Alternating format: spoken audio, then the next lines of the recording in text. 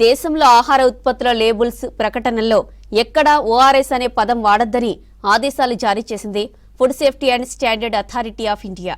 ఈ మేరకు అన్ని వ్యాపార సంస్థలకు స్పష్టమైన ఆదేశాలు జారీ చేసింది. ఆహార పదార్థాల పేరులో గాని ట్రేడ్ మార్క్, ప్రీఫిక్స్, సఫిక్స్ లో ఎక్కడా ఓఆర్ఎస్ పదం ఉపయోగించొద్దని తెలిపింది. ఇది food safety and standards act 2006 నిబంధనలకు విరుద్ధమని స్పష్టం చేసింది FSSAI.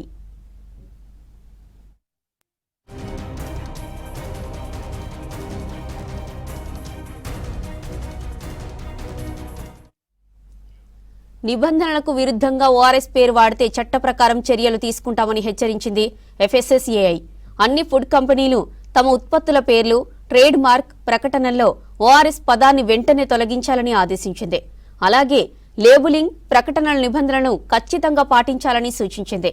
చాలా కంపెనీస్ ఓఆర్ఎస్ పేరుతో ప్రజలను మోసం చేస్తున్నాయని తెలంగాణ హైకోర్టులో పిలివేశారు పీడియాట్రిషియన్ డాక్టర్ శివరంజని సంతోష్. దాదాపు దశాబ్దం పోరాటం తర్వాత తీర్పు వచ్చింది.